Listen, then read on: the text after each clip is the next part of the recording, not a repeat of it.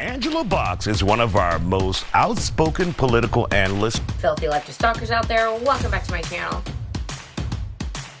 where I always say what you were thinking. A lot of these things come back to what the Democrat Party has done to the black community. It took an Anglo-Saxon looking woman to set everybody straight. Blonde hair, blue eyes. Hello, my name is Angela Box.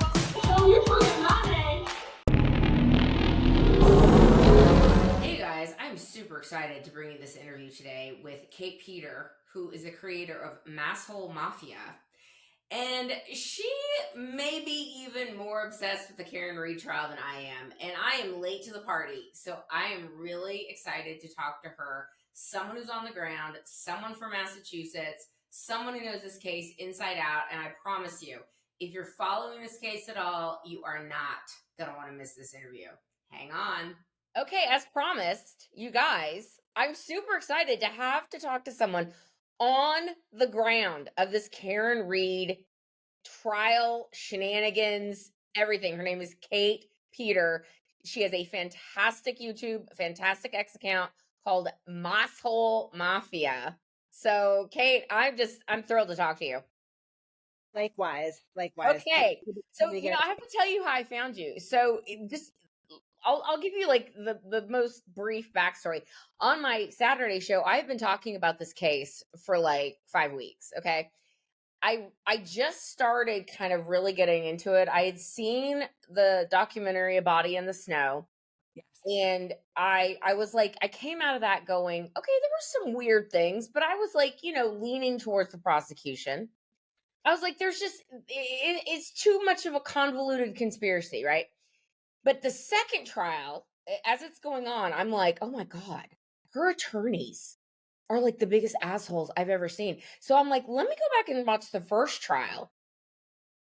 Shocked, I tell you, shocked. So I'm going on X and I'm looking at all the free Karen Read people. I'm like, what is wrong with these people? These people are like cuckoo for Cocoa Puffs. And these two ladies, I have to give a shout out to Jams and Mama Llama, which I don't know if you know who they are. They are personal friends. They're both. Yeah, they are friends of mine. Yeah. Yeah. So I was like, let me, like, I don't know how I just started following them and retweeting them and stuff like that. And I believe it was Mama Llama, who's a nurse in Massachusetts. Cause I was like, one of you local? And she's like, yeah. And she was like, you need to watch this girl's YouTube. So last night I went into the rabbit hole. I went to the Masshole Mafia rabbit hole. Cause I was like, this Turtle Boy character's crazy. Like the whole thing. Can you please give us a summation of how you got involved in this and who Turtle Boy is? We're going to start with Turtle Boy before we get into the crazy case because it's wild. Sure. So Turtle Boy is the nom de plume for a local blogger here in Massachusetts. His name is Aiden Carney. He is a former school teacher who started a blog. Don't worry, my camera's been freezing up. You can keep going. I'm going to try and get back on. So he started a blog, and I believe at first he endeavored to cover like sports, national sports, and that didn't really work out for him that well. Mm-hmm. So he found that what he could do was make somewhat of a living finding people and criticizing them. And the criticism quickly turned into what some have described as just harassment, abuse. It's beyond harassment. It's like violent, evil stuff. Like, what is wrong with this person? Well, I'm not a psychologist, so I can't. I have my suspicions, but he's definitely got some narcissistic traits, to put that mildly. Right. Yeah, like Karen. Right. Well, birds of a feather. Yeah. Birds of a feather. So he was struggling to blog. I started writing for him in. I want to say September, maybe August, September of 2018. And I came on board. I was familiar with the blog. He had seen me, I think, in some Facebook. So was it called Turtle Boy, the blog? Turtle Boy Sports, even though we didn't cover any sports. Why is he called Turtle Boy? So he is originally from Worcester, Massachusetts, which is a city out here with a bit of a reputation for being kind of rough. And one of the landmarks in Worcester, Massachusetts is this statue. And it's a statue that looks like a boy copulating with a turtle. It's a statue in Worcester? that looks like a boy that's kind of, you know, holding a turtle and or copulating. Okay. So that's what he named himself after. And so he starts this blog. It's supposed to be a sports blog. That doesn't quite work out. So he goes over to just targeting people instead and writing sort of like local gossip stories, right? So if I didn't like you, I could write to Turtle Boy and say, hey, you know, I know this Angela woman. She's got a lot of dirt. You should look into her. I'm going to give you all of her pictures. I'm going to tell you unflattering things about her. And he'll write it in the blog. And then it's sort like of private citizens. Oh yeah. We're, you know, usually people that are probably not having a great time with their lives anyway, historically speaking anyway. So like drug addicts, single moms, minorities. He did a little bit, he dipped his toes into sort of like conservative talking points for a while, and did try to do the whole political commentary thing. The problem with him is that he kind of goes where the wind blows, as we'll see in Karen Reed. So the ideology is not really that firm. So he claims to be a conservative against cancel culture, for instance. That was a big thing when I was still there. We were supposed to be fighting back against cancel culture. And meanwhile, he uses this online mob that he creates to regularly employ cancel culture against people that he doesn't like. Right. And so, I'm embarrassed. Listen, I'm MAGA all day, and I'm going to help you. I'm going to help you. I'm going to explain to you. I'm a MAGA whisperer. I'm going to explain why MAGA is behind Karen Reed. But I mean, like, I'm embarrassed that he's on my side. Like, I don't claim this one. I don't think that we have to look at things as sides all the time, though, because not everything goes down a political line here, right? Like, so I kind of fall outside of all that. Yeah. We were discussing earlier. I don't consider myself very liberal, but I also don't consider myself super conservative either. Somewhere in the middle. I like government like I like my men, reduced to just basic functions, pretty much, right? I like a small government, right, with a lot of personal liberty. So, you know, Free Karen Reed may have, depending on who's representing it, it may seem to have some political undertones. Absolutely. But it doesn't really, because you'll see people all across the political aisle that have fallen into this, right? And one thing that I like to point out with Free Karen Reed is if you look at the logo, so they sell the t-shirts, right? The t-shirts have the logo on them. If you look at the logo, it bears a striking similarity to the Black Lives Matter logo. So it does with the oh my god, my camera. I'm gonna switch this over to FaceTime or the Mac camera. Stupid thing. Yeah. I don't know what the deal is with this thing. Hang on. Camera. Keep talking. Sorry about this. Okay. So you know, they definitely, there were, you know, certainly some people that are MAGA that have fallen into this, but there are equally as many people that are really liberal white women in particular. Yeah, that's why I said like they're like Antifa or Antifa adjacent, because their tactics are very Antifa like. If you think about it. Yeah, I think that at this point, unfortunately, there are just like certain tactics that are employed online across party lines, across ideology, that people have just adopted. You need to get down. Have adopted and just accepted as like, this is how we fight battles now, and it's completely uncivilized, and it's harmful, and it's destructive. All right, and there's no, I don't believe. Well, yeah. Listen. We're American citizens. We have the right in this country to be mean. Yeah, you can be mean. You can be mean online. You know, you can be mean.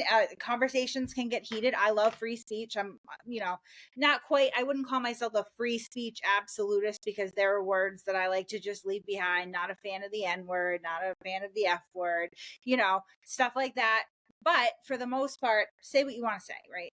And if you do use those words, far be it from me to tell you any different, right? Yeah, it's like, if you want to do that, I mean, knock yourself out. It's like, it's not a crime, right? It's not our cup of tea. But this takes it a step further, what they're doing, right? This takes it, so it's no longer just words on the internet. Now we see actions behind it locally. So we have mobs that show up at places, business, you know, homes, children's sporting events, the whole 9 yards. And it's not just that they show up, it's that this Turtle Boy character has kind of like, okay, I don't want to get ahead. For people who aren't like obsessed with this like we are, I don't want to get too far afield here, because I want people to understand like the basics of this case. But what he's done is, I feel like, really Karen and her attorneys working with this guy, I feel like what they're doing is borderline evil because they're not telling the truth about this case. She's feeding him just the tidbits she wants them to know. And isn't there an allegation that that you sent me a court document and there was an allegation that I can't get this onto my regular camera. I'm sorry. I don't know what the deal is. That's okay. You want to do audio only? No, it's fine. I'll just have to keep turning the camera on and off. I don't know what the hell's going on with this thing. But we'll just continue. She's feeding tidbits to Turtle Boy, and then Turtle Boy is going and sending his minions out, his flying monkeys out. Right. To not just like ask people questions, but to like torture these people. Yeah, and I mean, so I am very well acquainted with the witnesses in this case in particular, right? Yeah.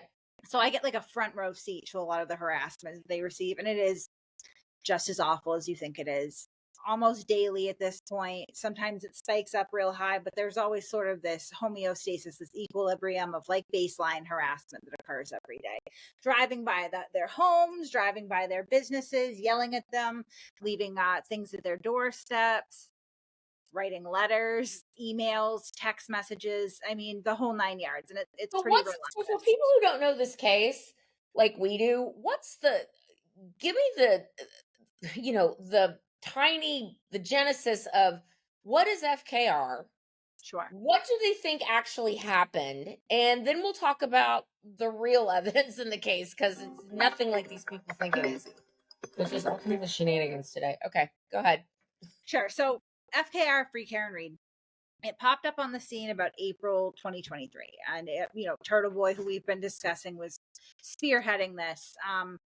Early on, I was alerted to this by some subscribers of mine for my YouTube channel, but this is usually not my preferred subject matter. I'm not really a true crime person per se, although maybe that's changing now because of what I've seen in this case. But at the time, I certainly was not. Yeah. So I was alerted to it because I have that contentious former professional relationship with Turtle Boy. And which, if you need to go watch her channel to the deep dives that she does about this guy. Excellent work. Thank you. Yeah. I by the time that I quit his employ, I had figured out how toxic this was, right? And that I knew that he was going to do everything in his power to try to destroy my reputation, hurt my family, hurt me, embarrass me, whatever it is that he does. And I told myself, nope, not gonna give into it. Not gonna let it deter me. I'm gonna continue to do my own thing, and he can do whatever. And it's been kind of a deadlock back and forth ever since. So I was able to pretty much go off and do my own thing and ignore him until this Karen Reed thing came up. And at first I was very reluctant to get involved, but April 2023, they start this and it blows up pretty quickly, which I found to be very odd because their beliefs are pretty screwy. So they're a group that is dedicated to not freeing this woman, because let's be clear, she's never been incarcerated, right? I think she may have sat in jail for a night during one of her until she could get to the judge in the morning. And I'm honestly not sure if it wasn't overnight because they may have bailed her out. Yeah, it was like a couple hours, at least in the documentary. Right. Yeah. So they say free, but we don't really have to free her here. She's been free the whole time. Yeah. But regardless, and her parents are paying for the defense, right? Or they were initially. So Mommy and Daddy have some enabling issues, in my humble opinion. I would agree. So it's hard to say. We know from emails that she had shared with people between herself and one of her attorneys, Alan Jackson, that she paid David Yannetti $200,000 for a flat fee. It's a little bit unclear whether that was just pre-trial or whether it was pre-trial and first trial, but we know that minimum he at least got $200,000, right? And so where that came from, we know the parents have refinanced their home. We know that Karen refinanced her home before she ultimately sold it. By the time that they hire Alan Jackson from California, that's another I believe it might be 200 or 250,000. And we know that a friend of hers had structured a low interest personal loan to pay for that. So by the time that Free Karen Reed, this movement starts building, we know that her legal fees have been paid. Okay, which is important because they're raising money. I always say it's kind of ironic. She's all paid up. Alessi's paid, Little's paid. It depends which version you get from them. I find it ironic that they kind of appropriated the Black Lives Matter logo. Because one thing that I would say that Free Karen Reed and Black Lives Matter have in common is some really shady financial impropriety, right? Oh, we talk about this on the show all the time. Yeah. So it's confusing because they're raising millions of dollars potentially. We don't even know how much they've actually raised. They have a public fundraiser that is headed by her attorney's law firm. I think it's Jackson's law firm. That's running the fundraiser. And so you can see the public total. It's up to over $1 million now. But then she's got people who are fundraising through locally through events where they sell tickets to, and raffles, which are illegal. That's gambling, but they're doing it anyway. And raffling off merchandise, raffling off this dinner with her attorneys. And so all that money, yes, they've raffled up dinner with her. Oh, and then didn't you say in one of your videos, Turtle Boy was headlining one of these fundraisers, and wasn't it kind of a big deal that she was excluding these hardcore supporters that had, whatever you want to say about them, like camped out with lawn chairs and, cheering her on every morning like she's doing the pap walk. And then they excluded all these supporters in favor of like very, very wealthy supporters that were going to donate a ton of money. Her top donors and the YouTubers. Right, because the YouTubers get this information out there, and so she hurt some of her boots on the ground support that way. Although I would say that I would we'll get to that because I have a suspicion where some of the money is going to, but we don't really know. Is my point. We don't know how much is being raised or where it's going. We know that they opened a fundraiser claiming they needed to pay legal fees that at least up until that point had already been paid. $450,000 done. And then they are claiming that it's for expert witnesses. They have not called money. They did not call money last time. I cannot imagine that it exceeds $1 million.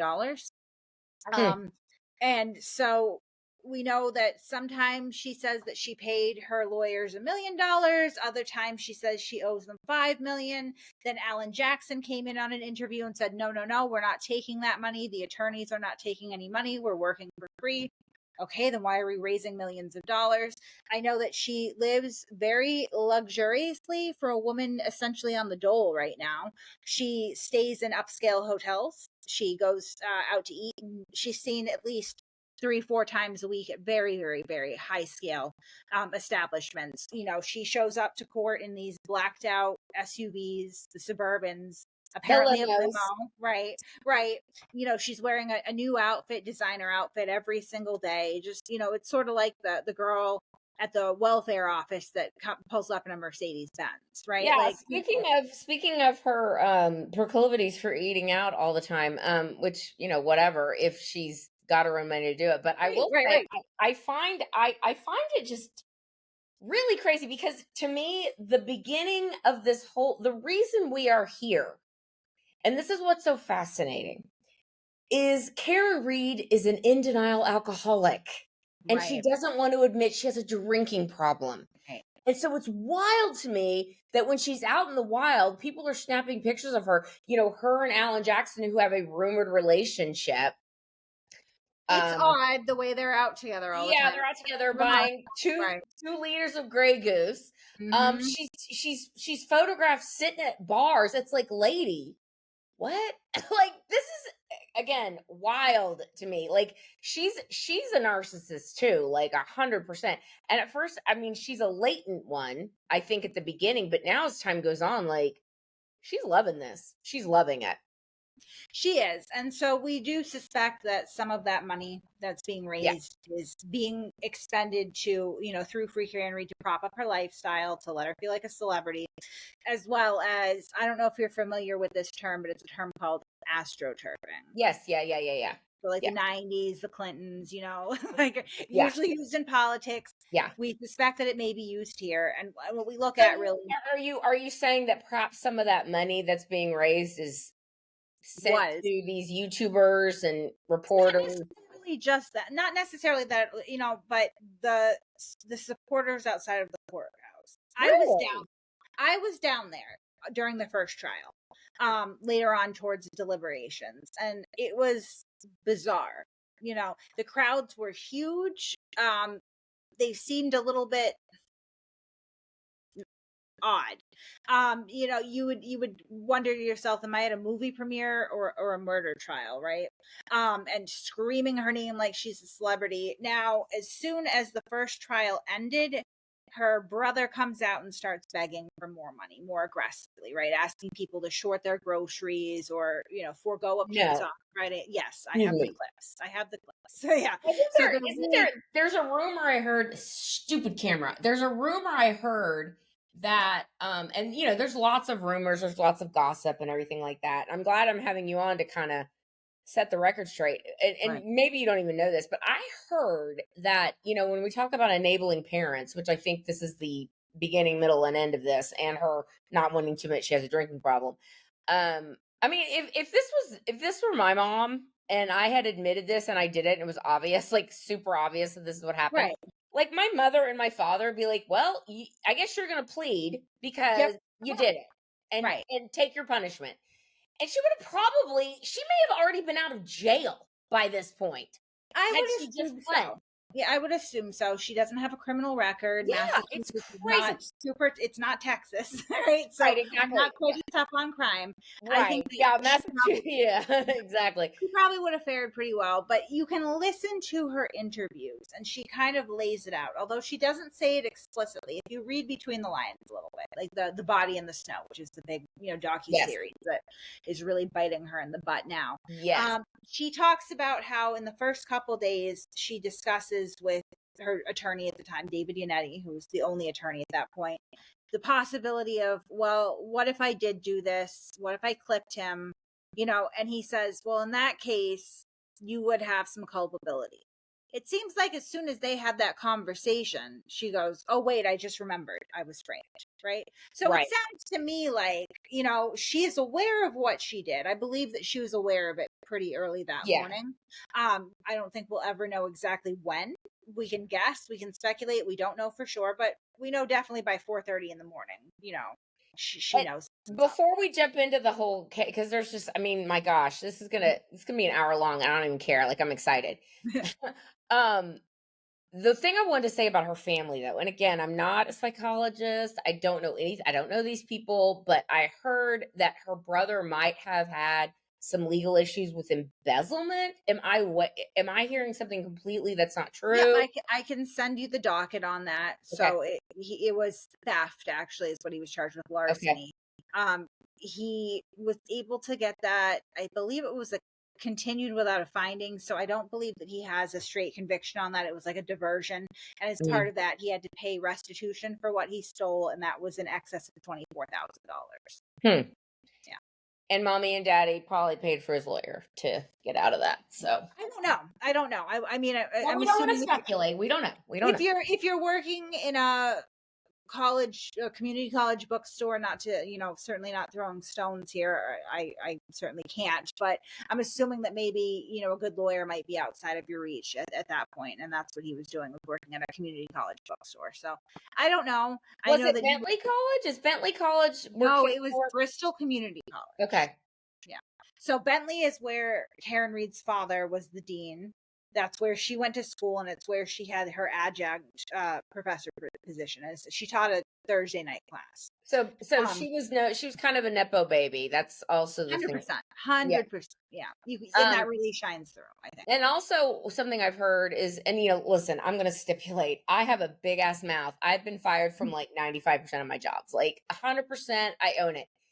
But I've heard also that she's been fired a whole lot, and that Karen her Reed? dad kind of came into the rescue for her. I don't know. That could be something you haven't heard that? I'm not familiar with that. I don't know. I mean, from anything that we've been able to see, her employment history seems to be pretty stable Oh, okay. up until this point. But Yeah, I mean, forget I said it. I don't know. that's It's, okay. these are rumors. This is why it's so crazy, because the whole FKR movement is based on complete innuendo and connecting dots that just make absolutely no sense. Okay, so FKR starts Free Karen Reed, and there may or may not be some astroturfing. She's raising kind of money in these weird ways. There may or may not be a personal relationship going on. My opinion, there is. It's a vibe I get too, not just the pictures that have gone around of her and Alan Jackson, but it's like a vibe. I get a vibe. They're seen out in public alone too much together. It doesn't make any sense. The intimacy in which they're sometimes seen embracing or sitting next to each other, I think it's definitely suspect. I always thought it was weird too that early in her pretrial, I was told really early on, and she later confirmed this in one of her interviews, that the night before court, when Alan Jackson would fly out, she would go down and stay at a hotel with him. Right. Come on, man. Yeah. And what's hilarious to me is that the Dr. Russell, the dog bite lady who's not an expert in dog bite, she's just like, I'm just a doctor who likes dogs. Like, that's basically was her resume.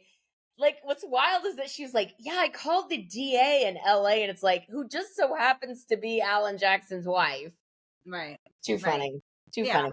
Yeah. So Free Karen Reed comes around and everything that comes with it, and they are fueled by rumors. Exactly right. So essentially what they do is they start to identify every single state's witness or potential state's witness against Karen Reed and implicate them in this murder that they've created. So Karen Reed was charged with OUI manslaughter. It was later upgraded to second-degree murder by a grand jury, right? Mm-hmm. So that's a jury of her peers. They voted. 12 of them were unanimous in upping her charges. And I think the second-degree murder comes from the infotainment, her backing up at 74% throttle, 26 miles an hour.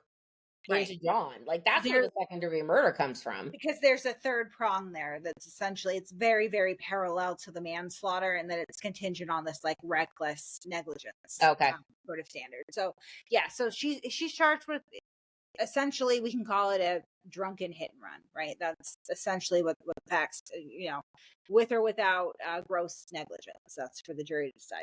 So it's pretty cut and dry until it's not. So they start identifying all these potential witnesses, and they create out of this drunken hit and run this scenario where this man was dropped off by his loving girlfriend and walked inside. Loved him so much. Right, so much. And walked inside the home where they were both invited to go to an after party. But remember, in A Body in the Snow, she's like, oh, it was so dark. It didn't look like we would be invited in. It's like, shut up, lady. She was very, I mean, all the testimony that comes out of everybody, she was clearly invited just like everybody else. But in her scenario, he walks inside, he's gonna go get her, he doesn't show back up, she gets blindingly angry, calls him 45 times in a row, calls him a pervert, says she effing hates him, and then threatens to leave his children home alone all throughout the night. And while she's doing this, according to Free Karen Reed, the victim's friends, John's friends, are inside the house beating him to death. Real quick though, they were real quick about it. Like, well, they contend that he walks in and they jump on him and they beat him to death, and then they put him out in the snow before it starts to snow. Well, because he was found on a cold ground with no snow under him. The thing about this is that has evolved over time. Oh, Right. okay. So what happens with the free Karen Reed, and we know at this point, spoiler alert, that Karen Reed is actually behind free Karen Reed. She's running the show back there. So she's communicating with Turtle Boy, who's writing all these blogs and doing these videos and whipping up this server. She's giving him information. She's telling him what to say. She's telling him what not to say. She's telling him what to post. She's telling him who to go after. She's giving up witness addresses, names, biographical information, phone That's numbers. where she's screwed. Yeah. She's yeah. Mm-hmm. Yeah. So, but on the surface, in the beginning, the public doesn't know this. So as far as they know, Turtle Boy is just this wonderful independent journalist who just came across the story all on his own and just has a lot of sources everywhere that are telling him all this stuff that just happens to always be angled at the criminal defendant, right? So the story evolves because every time that the Commonwealth provides new evidence to Karen and her defense team, they now have to account for this new evidence, so they kind of pivot it. So at first, they didn't really give a time frame. It wasn't really quick. It was that she sat there for 10 minutes. He never came back out. She got angry at him and left him there. She's calling. And this whole time, they're taking their time, beating him to death, hiding him in the house until later in the morning, and then bringing him out and placing him in the snow and hoping But again, people, when he was found, there was no snow underneath him. Right. That means that he dropped before the blizzard happened. So is FKR saying that they go out? There's no footprints whatsoever going back and forth from the house, like zero. Are they saying that they came out and had a shovel and they dug an area around him and then placed his body there so he would be found? They're not very descript with it. It doesn't. It's so dumb. It's changed. And that's the thing, is the truth doesn't change, right? Yeah. But when you're writing a story, often it does, and that's what we see here. Is that they at one point they said, well, he must have gone down to the basement. Something happened in the basement. They took him out through the bulkhead. Yeah. They took the video of the backyard through the bulkhead to see, and then it changed, and now they're saying, well, it could be the garage. It isn't supported by any of the actual forensic data, physical or direct or circumstantial evidence. There's nothing that supports any of this, like you were talking about. There's no snow under his body. He's covered in snow. His body temperature is 81 degrees, which is a fatal level of hypothermic.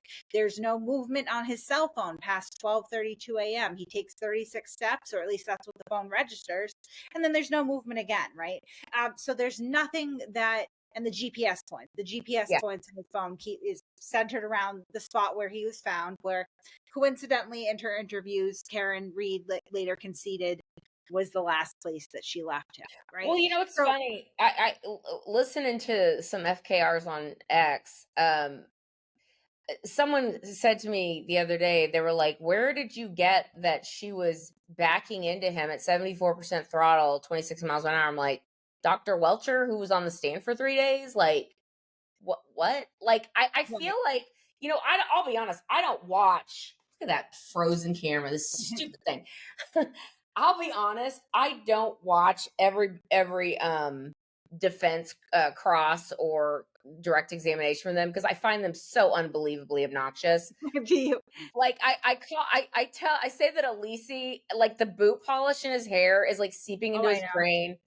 Alan Jackson has like lady levels of Botox, okay? Like it is, I can see it I'm like, you have no 11s and no forehead lines and you're 60. Like, please spare me. And then bless her heart, Lisa Little with her correct, and her little rabbit teeth. Like I can't listen to it. I can't do it. So I've been doing gavel to gavel coverage. And I do force myself to no matter what I'm doing. Do you start Karen level drinking when you have to listen to the defense?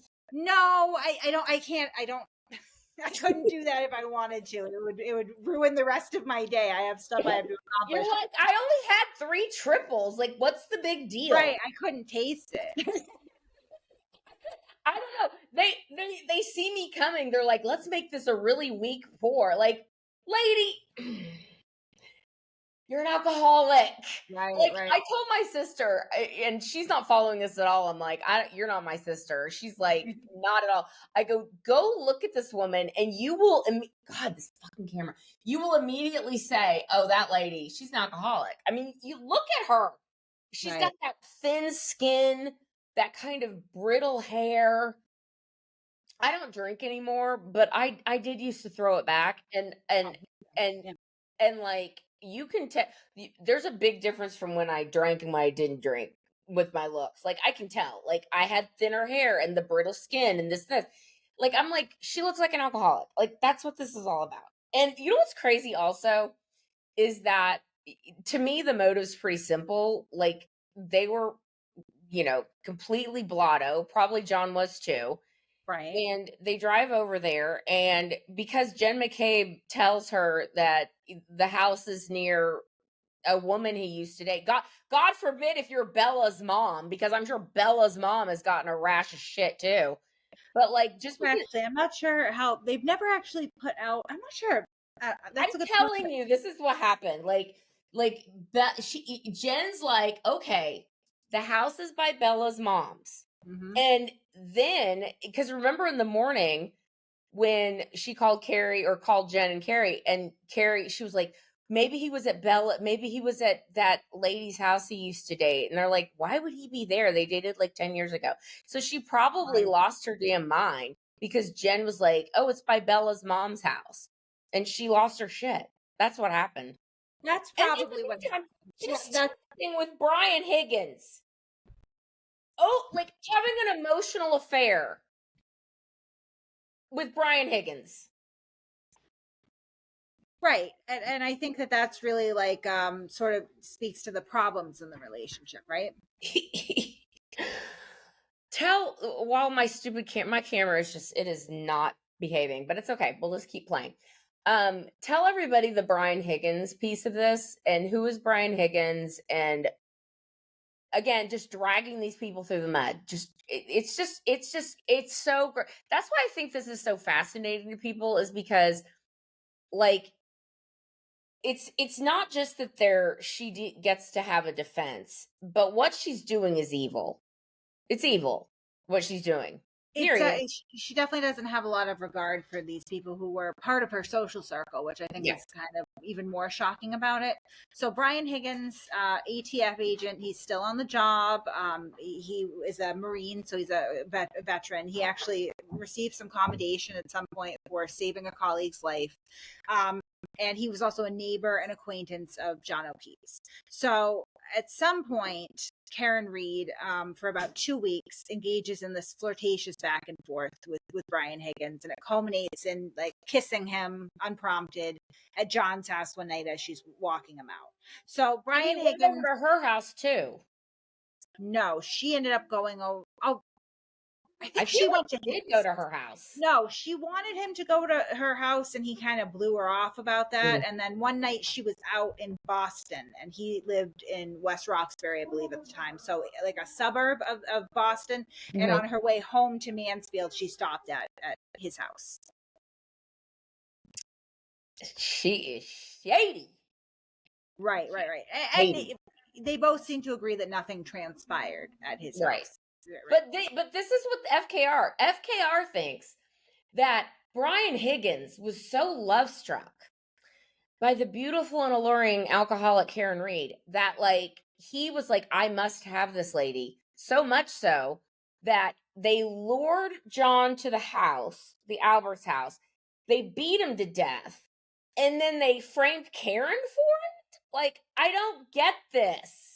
Right, that's where it falls apart, really, is that, like, the way to get the girl is generally not to frame her for murder. Right. And certainly the messages over that 2 weeks does not depict a lovesick, crazy, jilted lover by any stretch of the imagination. Why do you think that they did not? Because in the first trial, well, I when we were chatting earlier, I totally see what your point is about. Because I'm in the middle of watching Brian Albert getting cross-examined by lady levels of Botox, Alan Jackson, and I'm just again shocked at the So you must level be of watching the first trial then. yeah, the first trial. But you were like, I was like, I really, I wanted to hear from the Sullivan sisters again, who were in Aruba with the Aruba debacle when she thought. And I think that was a possibility because I know Laura Sullivan. I've gotten to know her, and so we text sometimes. And she hasn't been watching at all because she was on the list, and she was under the impression at one point that they were going to call her, and then they just never did. So, but Aruba did come in. It came in through John's minor niece, right? And also it came in through, and what kind of annoyed me is that they didn't, because so Karen was texting with Brian Higgins, her version of events of Aruba, that John was making out with Right. Laura Sullivan's sister Marietta. Right. And what pissed me off is that she was like, oh, she's gross. I'm like, honey, what are you even saying? First of all, she's a pretty girl, and like I wanted that to be kind of more discussed as to how this has been building for a while, and she's fucking crazy. She's cuckoo crazy and jealous, like weirdly jealous for a girl insecure, that's texting another guy. very controlling. And this is stuff that still, like, I speak to everybody. I speak to, victim witnesses. I speak to people who are currently free Karen Reed but are open to conversation. I speak to people that were free Karen Reed and left, including some people that know Karen because they were in her inner circle. And yeah, that's where a lot of the messages come from. I have probably about 15 more minutes too, because unfortunately. Oh, okay. Well, we're gonna shoehorn it in, girl. But so she's a very difficult person and a very controlling person and a very angry person. She's not always nice. That's something that I don't think a lot of people socially saw with her when she was with John. But John certainly saw it, and the niece and nephew certainly saw it. And now these people that are part of this free Karen Reed that are in her inner circle, helping her essentially try to get away with murder, they're able to see that too. But she's just not a very nice person, very controlling, very demanding. Yeah, insecure, the whole nine yards. Yeah. And in denial alcoholic. So the witnesses that and I'm not going to have you name them. I don't want them to get any Pretty more. much everybody. Well, when you tell them, and I will hope you share this with them, because this is from someone in Houston, Texas, who again was on the prosecution side after a body in the snow. But I know what I want to talk to you about. The Turtle Boy thing in the Body in the Snow documentary, they didn't portray him as an unhinged lunatic. And then I was watching your coverage of the things he said. Like, y'all, this guy is like diabolically psychotic. Like he's got a screw loose. Like there's something wrong with this guy. And I guess what I want you to impart to the people in this case is that there are people in the world that are not completely just taken in by a conspiracy. Look, I am MAGA. I love a good conspiracy theory. I all day long rabbit hole person, but this is not one of them, you guys. Like, I understand why MAGA's into it, because it's like, you're fighting against the Democrat DA and it's a conspiracy theory. This is not one of them, you guys. Okay. Obviously the DA in Massachusetts is going to be a Democrat, but a lot of these people, a lot of the players in this saga are not Democrats. And you can see that Michael Moriarty is that press conference he gave when he was like, what you guys are doing is evil. Michael Morrissey. Yep. Michael Morrissey. Again, for, blue state. Absolutely. Yeah. Most of the district attorneys are going to be blue. That doesn't mean they're running around framing people for murder. It means that they're letting murderers out to walk the streets most of the time. It means that they're, easy on crime. And, we could go into this forever because, talk about Democratic DAs and this whole free Karen Reed situation. Turtle Boy has a history assisting Rachel Rollins, who not only was a Democratic, soft on crime, let people out of jail district attorney in the state, but she went on to become the U.S. district attorney and was thrown out because she was corrupt. Okay. And, that's a whole side plot too, that she happened to be in office when some of the weirder Free Karen Reed stuff was happening. But, so this is not a situation of like MAGA versus the Democrats here. I was a little bit taken aback to see actually some people that I could recognize as ultra conservative or MAGA jump on this, because my impression of conservatives was usually kind of a tough on crime. Exactly. And pro law enforcement and opposite of that. This is the opposite of that. And so but again, I see just as many liberal white women that are very up in arms and engaged in this. I along with everything else they call me for thinking that Karen Reed is guilty in opposing Turtle Boy and all the stuff going on. I've been called a TERF. Oh, for another day. Right. Hey, yeah. Kate, you win. Yeah, right. Right. But just like, I've been called racist, which is like absolutely not. I really this is what they do. I'm offended on behalf of most economically disadvantaged minority people that Karen Reed gets all this privilege, right? And most criminal defendants do not. Oh, if this was a black defendant, well, first of all, we'd never hear about it. Second of all, they would have pled. Like it's like this wouldn't have been a thing at all. Right. Well, a certain type of black, because there are wealthy black, it's kind of on a continuum with this. Money makes the world go round. True. If it was, she's had enough of it. Thing, yeah. And when she ran out of it, she had enough idiots that were willing to open their purse strings and keep it going for her. But she definitely is not being framed by any Democratic DAs. Like far from it. No. And as I was telling you, as sort of an aside here, this Free Karen Reed movement is centralized around the town of Canton, where this how big is Canton? How big is it? That's a really good question. It's a small town. Is it like a suburb of Boston? No, it's its own town. Okay.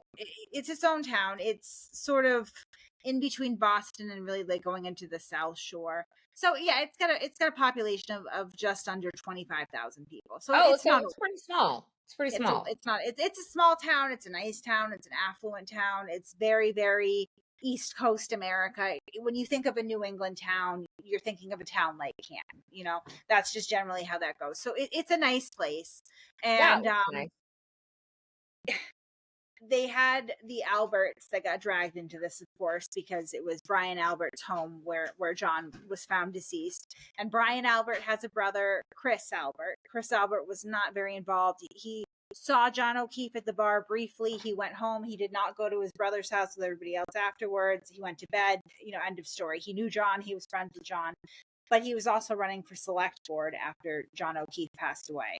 And he was running as a conservative, as a Republican, okay? In a largely blue town, in a blue state. So he ended up winning. And he beat this woman named Lisa Lopez, who was a very, very left-wing candidate. And Lisa Lopez was very upset about this, as were her supporters. They don't want Chris Albert on the select board. They want liberal Lisa Lopez. So when the Free Karen Reed fervor started and everybody's really turning on the Alberts, Lisa Lopez and her supporters kind of capitalized on this as a way to try to force Chris Albert out of office, off the select board. So that's why you'll see, up until today even, sort of a huge instance of harassment towards Chris Albert, because it's not just the Free Karen Reed thing. There's also a political subplot here, kind of an undercurrent, right?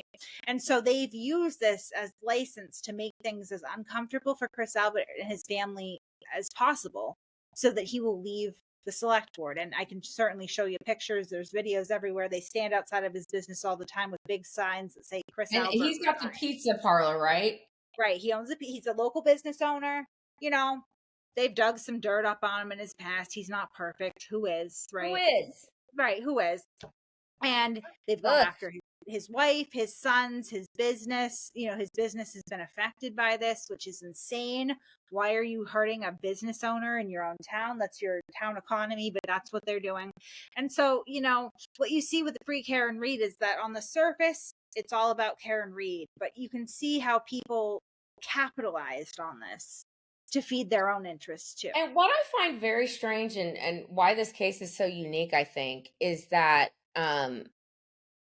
it's the level of intensity Right. of her supporters. It's, people on the side of, I guess, in my opinion, logic are like, we're not, banging the pots and pans, like demanding the heads of all these people that are involved in the FKR or her attorneys, or we just want to see justice done for this Right. man who was Right. hit either intentionally or on accident and left to die in hypothermia. Like that's all people on our side want, just this guy to have some justice, and for this woman to pay for what she's done. No one is saying, oh, let's throw her in jail for the rest of her life. Well, However, they might. that's what I'm It's a saying. Like possibility. at this point, I've heard the judge has to have security 24/7. I've heard that Hank Correct. Brennan is having his tires slashed. Correct. If the jury does come back, and in most retrials, people are convicted, but there could be a stealth FKR on there, and they could just have to keep doing this over and over. I guess my point is the intensity is very strange to me, and like the people on her side, like when you bring up data and logic, and these are the things, like the amount of people and inanimate objects and animals that would have to be involved in this conspiracy is it's real dumb. It's like hundreds Right. of Yeah, no, that's a good way of real it. dumb. It is. And there's no bank records, there's no phone records, there's no communications of anybody, like talk, like it's completely improbable. But what's interesting, and I know you have to go, but I would like to leave this here with everybody.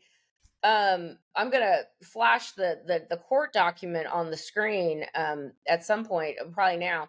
But aren't Karen and Aiden Kearney, Turtle Boy, aren't they communicating on Signal? So speaking of people who are having a little conspiracy, Yeah, correct. they're having a little conspiracy. Absolutely. Yeah. And, there is still a possibility that the two of them are going to be indicted together on conspiracy charges. Which would They be have, so delicious. I think it's probably coming. There was, certainly some roadblocks put up by Turtle Boy in his defense to getting into all of Turtle Boy's cellular devices and doing the search, but that has been resolved now. So they are moving forward with the taint team procedure, which will then result in the police having the contents of his phone with a couple attorney-client privilege messages redacted. It's funny listening to him whine about them getting his phone. He's like, why do you have to have my messages? Like, well, what?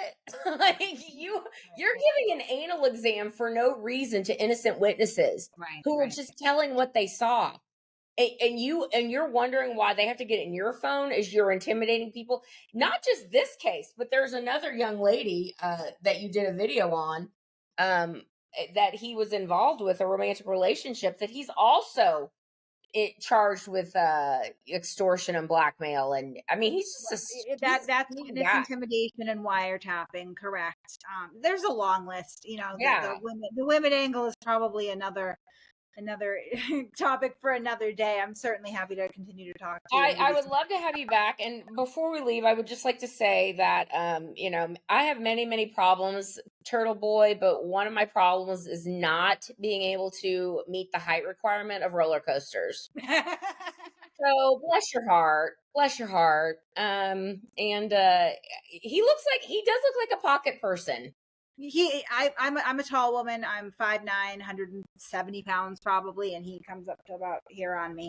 Yeah, he's a little guy. He's a wee little man. He's a little man. Yeah. Which I think some of the behavior, right, that we see, little men sometimes. The fact that he has like fangirls is so weird. Anyway. You know what? So did Hunter Biden, right? So did Hunter Biden. So did Charlie Manson. So, yeah. And on a final note, I mean, a little bit of FKR is a little Manson-like. Like they're real dedicated to this. It's wild. Yeah, it is. You know, the time, the effort, the money they put into it. Yeah. They're really willing to sacrifice their families, their personal relationships, their reputations. In some cases, you know, some of them have picked up charges over this, and it still rolls on. Although, For a woman who would not spit on them if they were on fire. well, we know now though, like how many were real, and it looks like not that many because, you know, the first trial you had 300 people out there. Like I said, it was odd, seemed kind of inorganic at points. As soon as the money ran out, now it's back down to 10 people outside of the courthouse every day. So I think that, you know, unfortunately, if you say something is popular long enough, people will start to believe it, especially online. And so there is just some sort of like reality shifting, I think, going on here for sure. Well, I'm joking here, but I mean, maybe Alan Jackson and Elise were getting some USAID money, and after Trump came in, it was like cut off. So no more astroturfing. I'm kidding. Kate Peter, Masshole Mafia, you guys, this is fun. I'm so excited to have met you and for coming on my show, and I hope we can do this again. Absolutely. And, you know, the Lori Daybell trial just got started, so we can talk about that too. Hell. Oh, I'll be watching that in my free time too, Oh, for sure. she's defending herself. It's again. I know. Again. Yeah. I can't. Anyway, we'll have you back. Thank you so All right. much. You Thank guys, you. check her out. Oh, wait. Tell everyone how I can follow you real quick. So you can follow me on X, I guess it's called now, that at Mafia Masshole, or my YouTube account is, I think, Masshole Mafia official. Yeah, Masshole Mafia. I followed you the other day. Okay, great. Yeah, you can find me there. You honestly like do great work. I want to be, I want to be like you when I grow up. Oh, well, likewise. Well, thank you so much. And I'm sorry my camera kept glitching. I got to fix this. It's the software. It's really stupid. All right, you guys, thank you so much. And we will see you next time. Okay, just kidding. This is going to be the end. Oh, my camera's going out anyway because, okay, what have you heard? Is she going to testify? What is the deal? So I don't think so. No, you can tell when she's asked by the media that she probably wants to, because she'll always go to be determined, or I'm fine either way. I know that, you know, there have been rumblings that there have been some disagreements within her legal team. It's supported by the fact that there have been a couple days this week that she shows up alone without them, which is kind of an anomaly. I suspect that some of the arguments that people are hearing and reporting back may have to do with Karen Reed's desire to testify for herself against her attorney's advice, because they're undoubtedly telling her absolutely not, don't do it, right? Like, nothing would make me happier, Kate, to see this in denial alcoholic on the stand, because they always think they can talk their way out of it. My camera's dying. You have to go. So there's been one more thing. There was a picture of Yannetti with a bump on him, and then they didn't appear in court together one day. I don't think that was anything. Yeah, anything? Okay. Yeah. I know. Listen, I love the tea too, but I try to keep it grounded in like what I. Yeah, let's keep it grounded in reality. Right. We're not FKR. Yeah. Okay, now we're ending the show. All right. See you soon, Kate. Thanks. Bye.